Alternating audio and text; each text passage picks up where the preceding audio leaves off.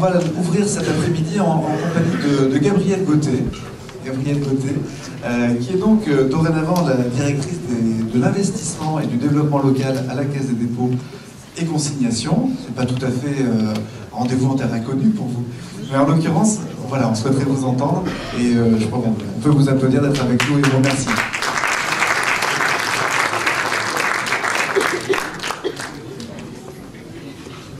Bonjour à toutes et à tous. C'est vrai qu'il n'y a pas beaucoup de personnes dans cette salle que je ne connaisse pas, donc quelque chose d'assez sympathique. Je me sens en terrain connu. Je suis ravie de participer à cette 4e édition, je crois, des États généraux des réseaux d'initiative publique, dont la Caisse a été partenaire dès le début.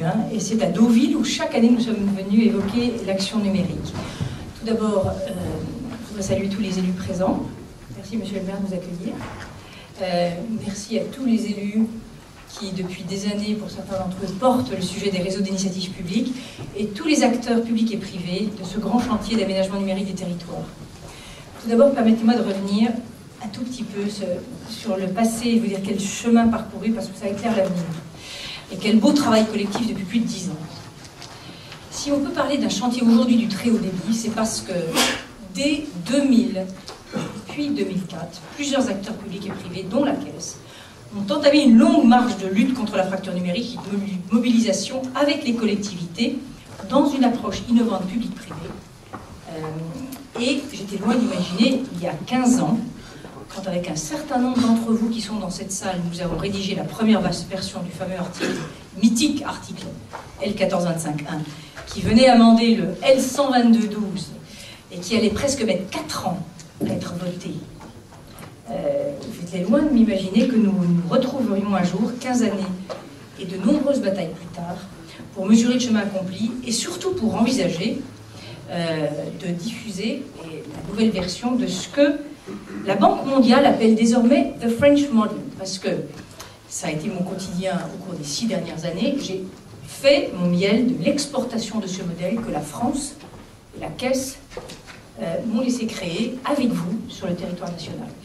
Et la Banque mondiale appelle ça « the French model ». Et il apparaît pour de multiples raisons particulièrement pertinentes. C'est quoi « the French model » ? Nous avons à l'époque créé le modèle de la concession, la délégation de services publics qui existait dans de nombreux secteurs, mais pas curieusement dans le secteur des télécoms, parce qu'on avait ouvert à la concurrence avant d'avoir à faire le gros de l'investissement. Et ce modèle, certains aimeraient aujourd'hui le remettre en cause, s'agissant des télécoms. Et donc ce modèle court le risque, aux grandes dames des élus qui ont des réseaux qui sous ce régime, d'être exclus du champ des directives européennes au moment même où je peux vous dire qu'il est reconnu à l'étranger, de l'Afrique à l'Asie, en passant par la Nouvelle-Zélande, où j'ai eu le plaisir et l'honneur de construire un certain nombre de réseaux sous ce régime.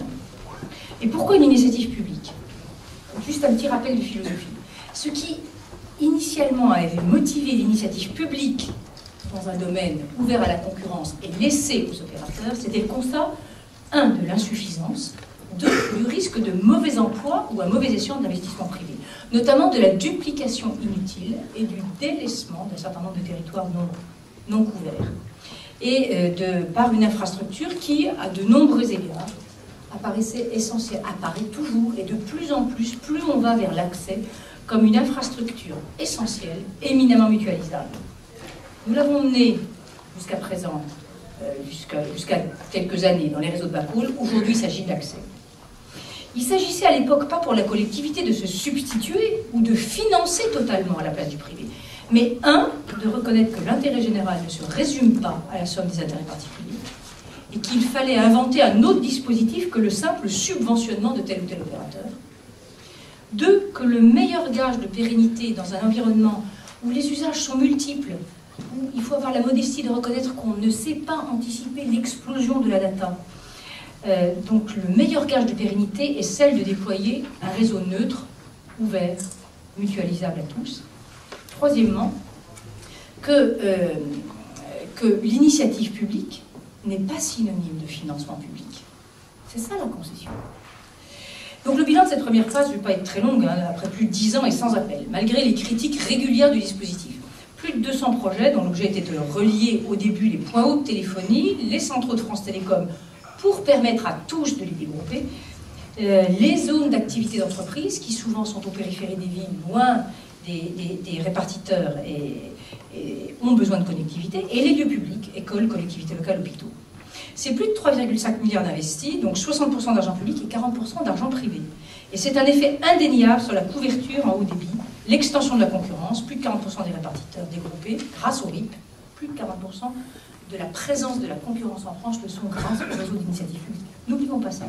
Et sur l'émergence d'opérateurs multilocaux, et ça c'est une grande réussite, dont certains sont là aujourd'hui, qui sont ceux dédiés aux entreprises, secteur terre de mission pour la concurrence. Le grand public, ça va, elle s'affiche sur les abribus.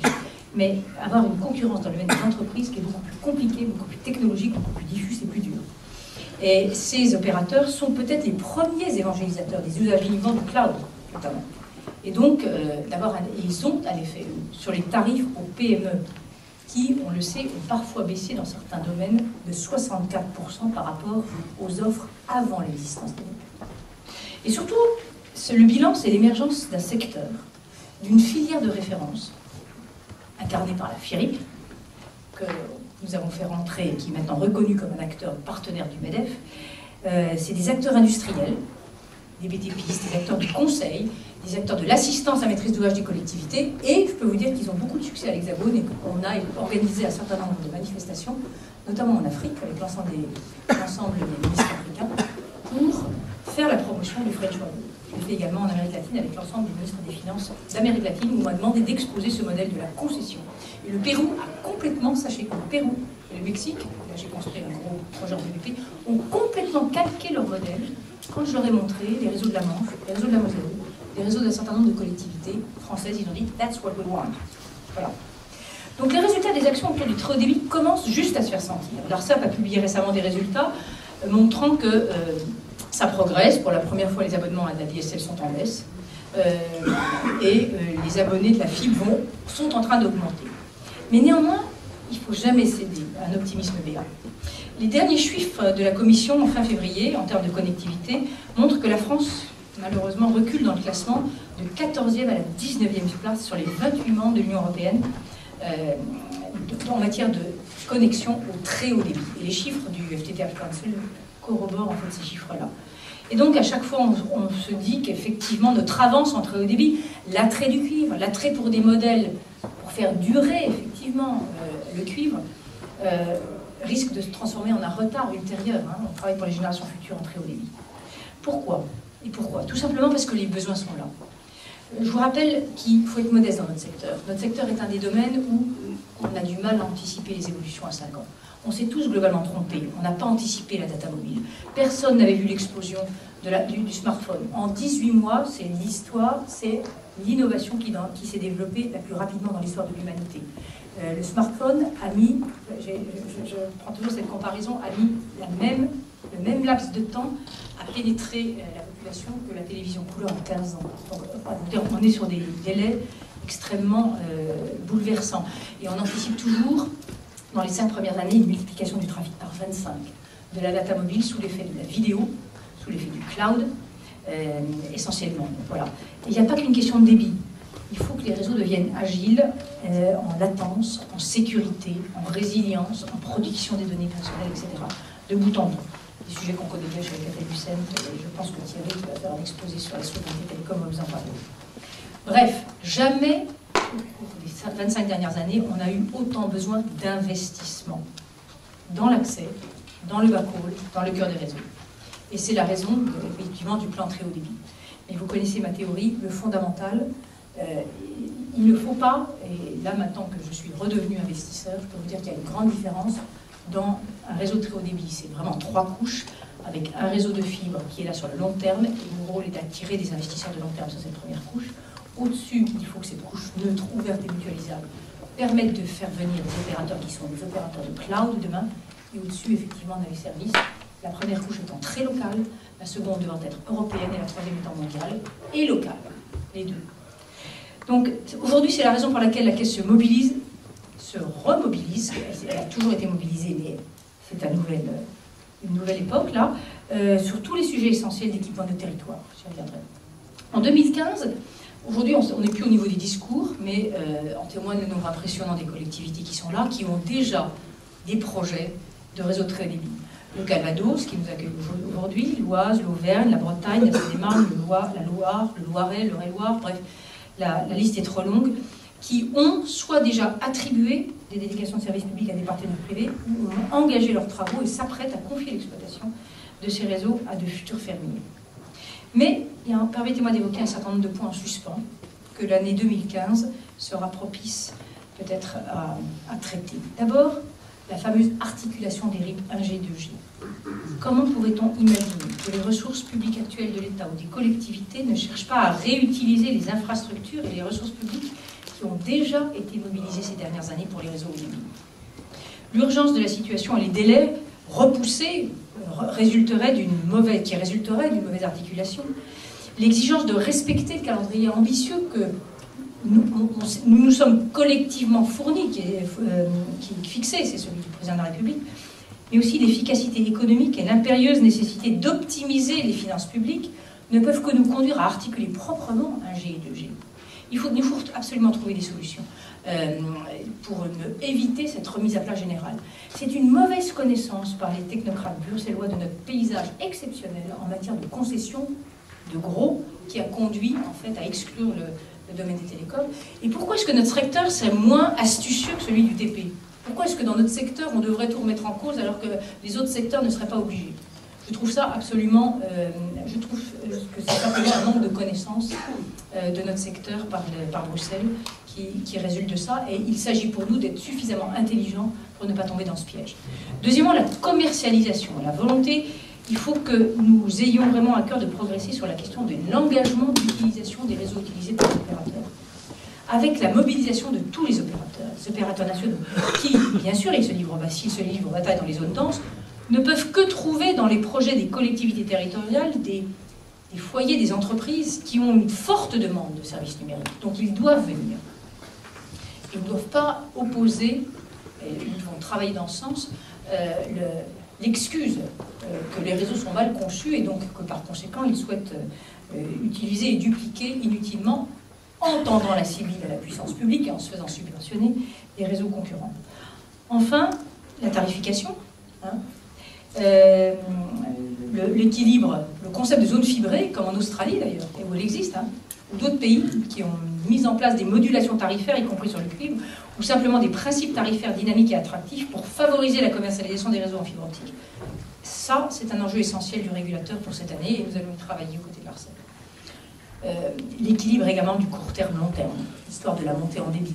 Ne pas favoriser un court terme rapide qui répond, je le conçois, à un certain nombre de besoins urgents de zones rurales, mais qui peut se révéler, et nous en avions fait d'ailleurs une étude, Jean-Garde Thierry et Vano avec chez Alcatel-Lucent assez approfondie, un retard futur ou un mauvais emploi de l'argent public futur. Enfin, les plans de financement et l'ingénierie financière. Le plan France Très Haut Débit s'appuie, il faut le reconnaître, essentiellement sur un modèle de subvention. Et il sollicite fortement les finances publiques. On aurait pu faire un modèle moins sollicitant pour les finances publiques. Nous y sommes engagés, nous allons essayer de faire en sorte de ne pas tout remettre en place, évidemment. Mais elles sont sous contrainte, ces finances publiques. Et c'est indispensable d'imaginer autre chose, car ce modèle de subvention ne suffira pas. Et donc il est nécessaire et indispensable de construire avec vous des modèles durables, et surtout d'attirer des investisseurs de long terme, de faire appel au marché, de lever de la dette, de faire appel aux fonds d'equity, d'attirer des investisseurs de long terme qui cherchent, curieusement. Il y a un hiatus et un paradoxe. J'avais, en fait, chez Alcatel-Lucent, mené pour la Commission européenne une initiative, vous vous souvenez, où on avait absolument noté ce hiatus entre cette épargne de long terme qui cherche des objets d'investissement et le manque d'objets de long terme parce qu'il y a cette concurrence stupide, inutile qu'on a venu organiser sur les zones denses. Donc, nous allons nous employer, et c'est peut-être le travail de la Caisse, justement, d'attirer, de rendre le paysage plus lisible. Nous ne sommes pas là pour être dominants. La Caisse n'est jamais dominante. Elle est là pour être investisseur minoritaire et se retirer quand le marché est là. Et donc, essayer justement, son rôle est d'attirer et de rendre et d'incuber le temps nécessaire des objets d'investissement qui soient durables, c'est-à-dire dont l'appétit pour des fonds privés d'investissement long terme soit là. ça fait partie de notre mission. Donc, à l'heure de la raréfaction des finances publiques, il faut nous donner les moyens de structurer la venue de banques, de fonds d'investissement privés. Comment faire? D'abord, il y a une nécessité de structurer des projets territoriaux avec notamment des questions de mutualisation, de lisibilité, d'agrégation, de syndication de projets, qui peuvent être un des éléments de réponse. Le morcellement fait peur. Et nous souhaitons travailler dans les mois qui viennent avec l'ensemble des acteurs concernés à des dispositifs de type rapprochement, holding, véhicules de mutualisation qui permettent l'augmentation à la taille critique des projets et les rendent attractifs à ces investisseurs de long terme. Nous travaillons aussi à des montages innovants, comme celui qui a été monté à l'été 2014, qui a réussi à placer la première obligation de projet en France et la première obligation de projet télécom en Europe, en attirant des investisseurs institutionnels qui, jusqu'à présent, n'étaient jamais venus sur ce type d'actifs. C'est donc le signe que c'est possible et nous espérons l'étendre avec un certain nombre d'autres d'entre vous. Donc, le message, c'est que nous entendons continuer à jouer notre rôle auprès des territoires, notre rôle d'accompagnement en amont, de structuration auprès des collectivités, notre rôle également d'investisseurs auprès des opérateurs de réseaux d'initiative publique, nos rôles de structuration d'entraînement. Et une fois la définition des projets établie, le vote des élus, le temps des montages financiers et de la mise en œuvre, du suivi de la mise en œuvre industrielle et de la commercialisation. Alors évidemment, j'ai beaucoup parlé d'infrastructure, c'est le domaine des réseaux d'initiative publique. Évidemment, l'un ne va pas sans l'autre. Qu'est-ce qui justifie et qu'est-ce qui rend indispensable ces infrastructures? C'est évidemment tous les usages, tous les services au-dessus. Beaucoup sont très gourmands.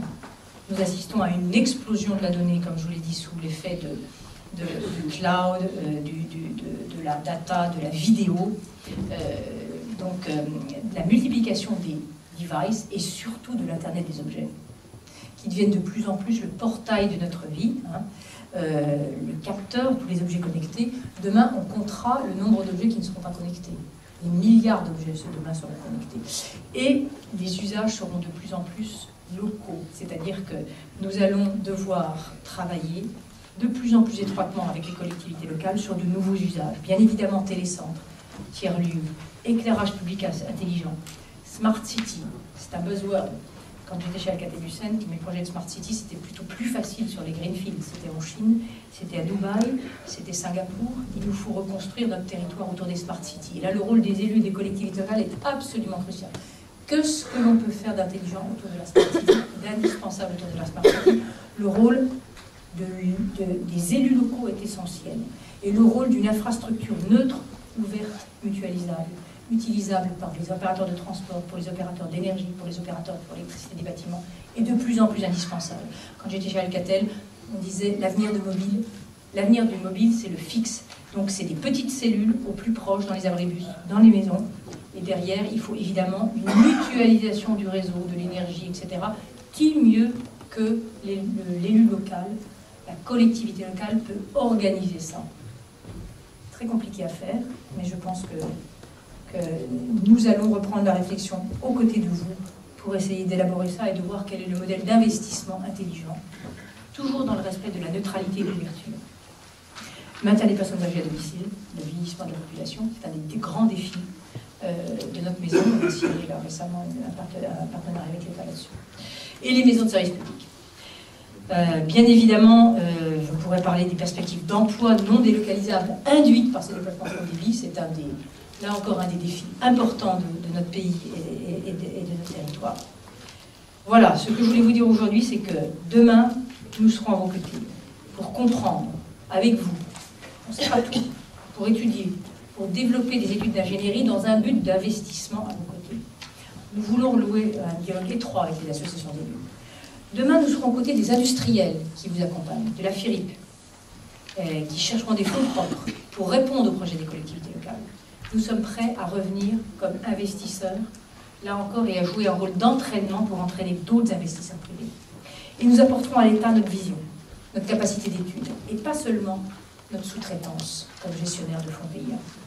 En conclusion, vous pouvez compter à nouveau sur notre détermination, ma détermination, sur celle de la Caisse, pour être à vos côtés, vous acteurs des territoires, vous industriels, vous opérateurs et l'État, pour faire avancer dans l'intérêt général, pour le développement des territoires, ces sujets, pour faire de nouveau de la France une terre d'initiative et inventer le French Model Génération 2. Merci.